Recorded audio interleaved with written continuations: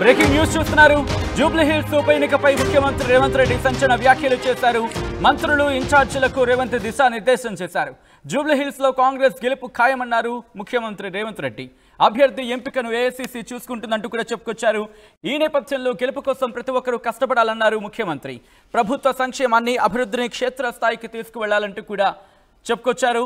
Booth లెవెల్లో ప్రచార ప్రణాళికలు సిద్ధం చేసుకోవాలంటూ ఇటు మంత్రులకు దాంతోపాటు ఇటు కార్యకర్తలకు ఆయన డైరెక్షన్స్ ఇచ్చారు. విజువల్స్ మీరు చూస్తున్నారు ఆర్టీవీ స్క్రీన్ మీద. కొద్దిసేపటి క్రితం ఇటు ముఖ్యమంత్రి రేవంత్ రెడ్డి అధ్యక్షతన భేటీ జరిగిన ఆ విజువల్స్ మీరు చూస్తున్నారు. ఇటు కాంగ్రెస్ పార్టీ చాలా సీరియస్గా తీసుకుంది ఇటు జూబ్లీ హిల్స్ ఉప ఎన్నికను. ఈ నేపథ్యంలో జూబ్లీ హిల్స్ ఉప ఎన్నికపై ఫోకస్ చేసింది కాంగ్రెస్ రాష్ట్ర నాయకత్వం. మంత్రులు ఇన్ఛార్జీలకు రేవంత్ దిశానిర్దేశం చేశారు. జూబ్లీ హిల్స్ లో కాంగ్రెస్ గెలుపు ఖాయమంటూ ఆయన జోస్యం చెప్పారు. ఇక అభ్యర్థి ఎంపికను ఏఐసీసీ చూసుకుంటుందంటూ కూడా చెప్పుకొచ్చారు. గెలుపు కోసం ప్రతి ఒక్కరూ కష్టపడాలంటున్నారు. ప్రభుత్వ సంక్షేమాన్ని అభివృద్ధిని అలాగే ఇంతవరకు కాంగ్రెస్ పార్టీ వచ్చినప్పుడు అంటే కాంగ్రెస్ పార్టీ వచ్చిన తర్వాత నుంచి ఏం చేసింది, గత ప్రభుత్వంలో ఏం జరిగింది, ఎటువంటి డిఫరెన్స్ ఉంది, పాలనలో ఎటువంటి డిఫరెన్స్ ఉంది, ఎటువంటి అభివృద్ధిని చూపించాం, వీటిని ఇటు ప్రతి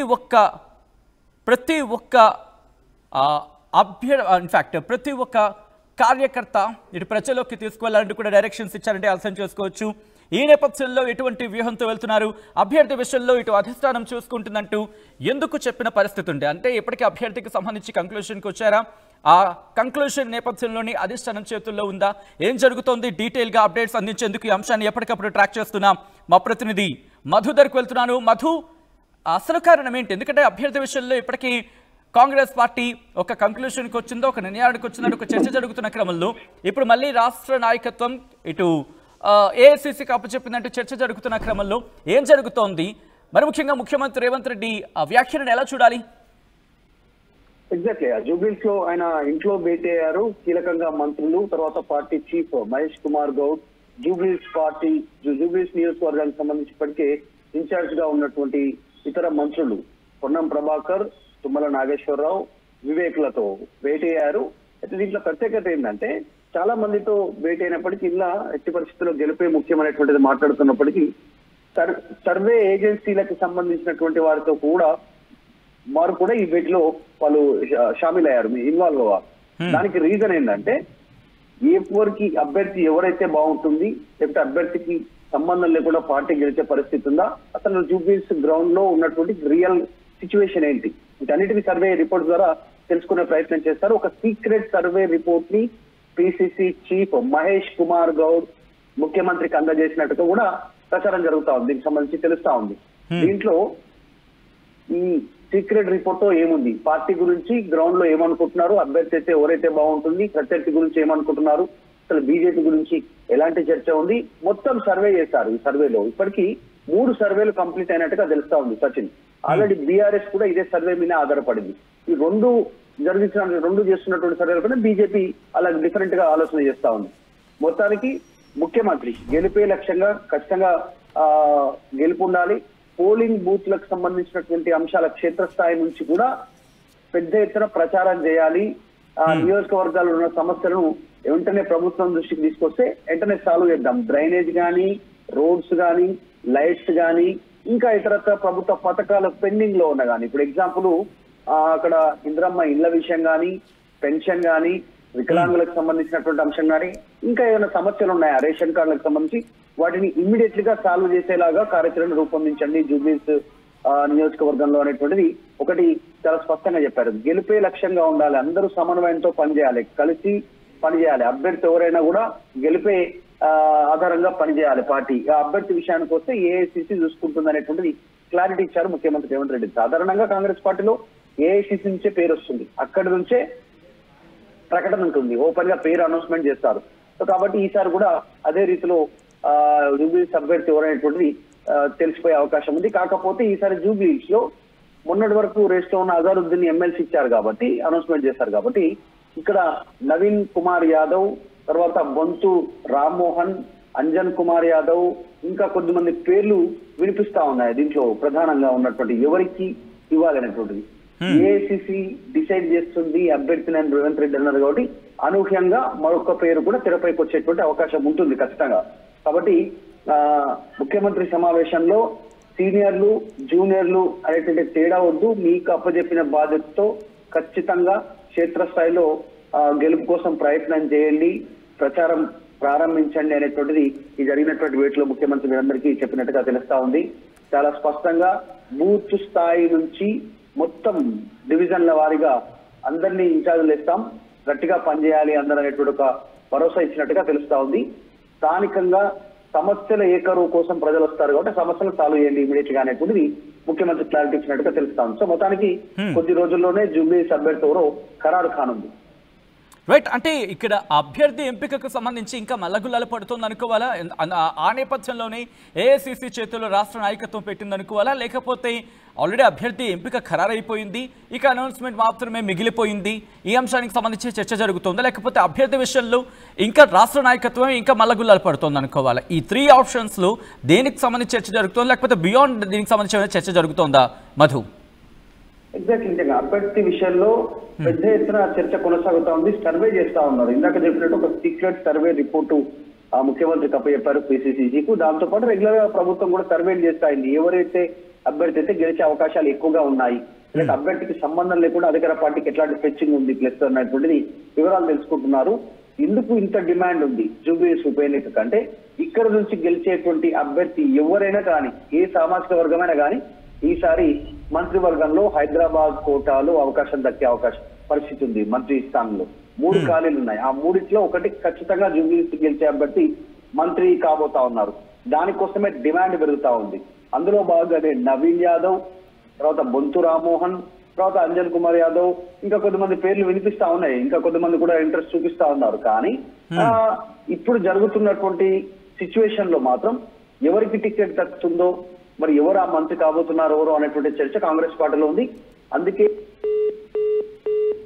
ఆల్ రైట్ మధు, మళ్ళీ మీ దగ్గరికి వచ్చే ప్రయత్నం చేస్తాను, ఎందుకంటే కాస్త వాతావరణం కూడా ప్రతికూలంగా ఉంది కాబట్టి లైన్స్ డిస్కనెక్ట్ అవుతున్నాయి. సో ఈ క్రమంలో చాలా మంది రేస్లో ఉన్నారు. మరి ముఖ్యంగా దానం నాగేందర్ నుంచి మొదలు పెడితే ఇటు నవీన్ కుమార్కి సంబంధించి కావచ్చు, లేకపోతే ఇంకొన్ని పేర్లు కూడా ఇటు కాంగ్రెస్ పార్టీలో చర్చకు వస్తున్న పరిస్థితి ఉంది. దట్టు కొంతమంది కార్పొరేటర్లు కూడా ప్రస్తుతం ఈ కాంపిటీషన్ అంటే ఈ రేస్లో తమ పేర్లకు సంబంధించి వస్తే బాగుంటుంది, తాము కూడా రేస్లో ఉంటే బాగుంటుంది, తమ పేర్లను కూడా పరిశీలించాలి అధిష్టానం అని ఒక అంశాన్ని తెర మీద తీసుకొస్తున్నట్టుగా చర్చ జరుగుతున్న క్రమంలో జూబ్లీహిల్స్ ఉప ఎన్నికకు సంబంధించి కాంగ్రెస్ పార్టీ ఫుల్ ఫోకస్ చేస్తుంది. ఈ నేపథ్యంలో ఎప్పటికల్లా క్లారిటీ వచ్చే అవకాశం ఉంది. మరి ముఖ్యంగా ఇప్పుడు జరుగుతున్న భేటీ వెనకాల అసలు కారణం ఏంటి, మరి ముఖ్యంగా ఇంకా ఎటువంటి అంశాలున్నాయి, ఎటువంటి వ్యూహంతో వెళ్లాలనుకుంటుంది కాంగ్రెస్ పార్టీ? అప్డేట్స్ అందించేందుకు మధు ఫోన్లో కంటిన్యూ అవుతున్నారు. మధు, ఇప్పటి వరకు చూసుకున్నప్పుడు అభ్యర్థికి సంబంధించి చాలా పేర్లు తెర మీదకి వచ్చాయి. నేరుగా సర్వే చేస్తున్న పరిస్థితి ఉంది, బట్ ఆశిస్తున్న ఆశావాహుల సంఖ్య కూడా అదే స్థాయిలో ఉంది. సో ఇప్పుడు ఈ మీటింగ్ వెనకాల కారణం ఏంటి, ఎటువంటి అంశాలు? ఎందుకంటే ఇప్పటికే ఇక్కడ మంత్రివర్గానికి లేకపోతే ఇన్ఛార్జ్ మంత్రులకి బాధ్యతను అప్పచెప్పిన తర్వాత మళ్ళీ భేటీ పెట్టడం వెనకాల కారణం ఏంటి? ఎగ్జాక్ట్, అంటే ఆల్రెడీ ఇది చాలా క్లిష్ట పరిస్థితుల్లో జరుగుతున్నటువంటి ఉప ఎన్నిక. కాంగ్రెస్ పార్టీకి, అధికార పార్టీకి 2 సంవత్సరాలు అవుతుంది దాదాపు అధికారంలోకి వచ్చి, కాబట్టి క్షేత్రస్థాయిలో పెద్ద ఎత్తున వ్యతిరేకత ఉంది అనేటువంటి అభిప్రాయం వ్యక్తమవుతుంది. ప్రతిపక్షాలు అవే చేస్తా ఉన్నాయి, కాంగ్రెస్ ఏం చేయలేదు, ఇచ్చిన హామీలు అమలు చేయలేదు అనేది. ఆ నేపథ్యంలో వస్తున్నటువంటి ఉప ఎన్నిక కాబట్టి అత్యంత ప్రాధాన్యత ఉంది ఈ ఉప ఎన్నికకు. ఇక్కడ గెలిస్తే ప్రభుత్వం మీద వ్యతిరేకత లేదు అని అధికార పార్టీ చెప్పుకునేటువంటి అవకాశం ఉంటుంది. ఒకవేళ ప్రతిపక్షాలు గెలిస్తే ప్రభుత్వం మీద వ్యతిరేకత ఉందని చెప్పుకునేటువంటి అవకాశం, ఆల్టర్నేట్ మేమే అని చెప్పుకునేటువంటి అవకాశం అటు బీఆర్ఎస్ కి బీజేపీకి 2 పార్టీలకు ఉంది. సో అందులో భాగంగానే అత్యంత ప్రతిష్టాత్మకంగా మారింది. విధిగా కాంగ్రెస్ పార్టీలోకి వస్తేనేమో ఇక్కడ ఎలాగైనా టికెట్ సంపాదించాలి, బీఫామ్ దొరకబట్టుకుంటే ఖచ్చితంగా మంత్రి అయిపోవచ్చు అనేటువంటి ఆలోచనతో అభ్యర్థులు ఉన్నారు. అందులో భాగంగా పోటీ తీవ్రంగా ఉంది. ఇటు ఏఐసిసి నాయకులను ప్రసన్నం చేసుకోవడంలో, ఇటు టీపీసీసీ నాయకులను ప్రసన్నం చేసుకోవడం, ముఖ్యమంత్రిని ప్రసన్నం చేసుకోవడంలో కాంగ్రెస్ పార్టీ నాయకులు మునిగిపోయారు. టికెట్ నాకే ఇవ్వాలని కొంతమంది డిమాండ్ చేస్తా ఉంటే, కొంతమంది పైరవీలు చేస్తా ఉన్నారు, కొంతమంది ఏమో గ్రౌండ్ లోకి వెళ్ళిపోవాలని ఆలోచన చేస్తా ఉన్నారు, కొంతమంది బెదిరింపు కూడా చేస్తా ఉన్నారు, పిసిసికి నాకే ఇవ్వాలి ఖచ్చితంగా టికెట్ అనేటువంటిది. సో మొత్తానికి క్లిష్ట పరిస్థితి ఉంది. ఏఐసిసి డిసైడ్ చేసేటువంటి అవకాశం ఉంది. ఇక్కడ నుంచి పేర్ల ప్రతిపాదన ఖచ్చితంగా ఉంటుంది. 1, 2, 3 3 పేర్లు ప్రతిపాదన ఇస్తారు ప్రతిసారి కూడా. ఒక్కొక్క నియోజకవర్గానికి అత్యంత మొదటి ప్రాధాన్యత, 2వ ప్రాధాన్యత, 3వ ప్రాధాన్యత కింద సామాజిక వర్గాల వారిగా పేర్ల ప్రాధాన్యత ఏఐసిసికి టీపీసీసీ పంపుతుంది. దాంట్లో ఆలోచించి ఏఐసిసి ఒక నిర్ణయంతో ఒక పేరును ఫైనల్ చేసేటువంటి అవకాశం ఉంటుంది. సామాజిక పరంగా కానీ ఇంకా మిగతా అన్ని అంశాలను దృష్టిలో పెట్టుకుని ఏఐసిసి అనౌన్స్మెంట్ చేస్తుంది. అందులో భాగంగానే ప్రతిష్టాత్మకంగా తీసుకున్నారు ముఖ్యమంత్రి సీటు గెలవాలనేటువంటిది. మొన్న కంటోన్మెంట్ ఉప ఎన్నికలో గెలిచారు, అలాగే ఇక్కడ కూడా గెలవాలనే ఒక వ్యూహరచన కాంగ్రెస్ పార్టీ చేస్తున్నట్టుగా తెలుస్తారు. Right Madhu, thanks for update. మొత్తంగా అయితే మాత్రం అభ్యర్థి ఎంపికకు ఏఐసిసి చూసుకుంటుందంటూ కూడా ముఖ్యమంత్రి రేవంత్ రెడ్డి చెప్పుకురావడం ప్రస్తుతం ఆసక్తికర పరిణామం కింద చెప్పుకోవాలి. దాంతోపాటు ఈ రోజు జూబ్లీహిల్స్ ఉప ఎన్నికపై తన ఇంట్లో ముఖ్యమంత్రి రేవంత్ రెడ్డి ఈరోజు భేటీ నిర్వహించడం జరిగింది. ఈ భేటీలో సంచలన వ్యాఖ్యలు చేశారు. మంత్రులు ఇన్ఛార్జీలకు రేవంత్ దిశానిర్దేశం చేశారు. జూబ్లీహిల్స్లో కాంగ్రెస్ గెలుపు ఖాయమంటున్నారు ముఖ్యమంత్రి రేవంత్ రెడ్డి. అభ్యర్థి ఎంపికను ఏఐసిసి చూసుకుంటుందంటూ కూడా జోస్యం చెప్పారు ఆయన.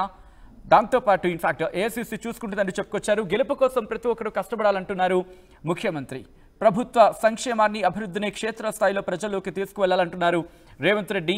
బూత్ లెవెల్లో ప్రచార ప్రణాళికలు సిద్ధం చేసుకోవాలంటూ ఇప్పటికీ కార్యకర్తలకు దిశానిర్దేశం చేశారు. ఇటు జూబ్లీహిల్స్ ఉప ఎన్నికలు తమదే గెలుపు అంటున్నారు ముఖ్యమంత్రి రేవంత్ రెడ్డి. ఈ నేపథ్యంలో గెలుపుకి తగినట్టుగా ప్రణాళికలు సిద్ధం చేసుకుని వెళ్తే కనుక ఇంకా ఈజీ అవుతుందని కూడా చెప్పుకొచ్చారు. ఇక అభ్యర్థి ఎంపికకు సంబంధించి అది అధిష్టానం చూసుకుంటుంది. ఆ నిర్ణయం ఏఐసిసి పరిధిలో ఉంది అంటూ కూడా చెప్పుకురావడం ప్రస్తుతం అంశానికి సంబంధించి తీవ్రమైన చర్చకు దారితీస్తుంది. సో మీరేమనుకుంటున్నారు?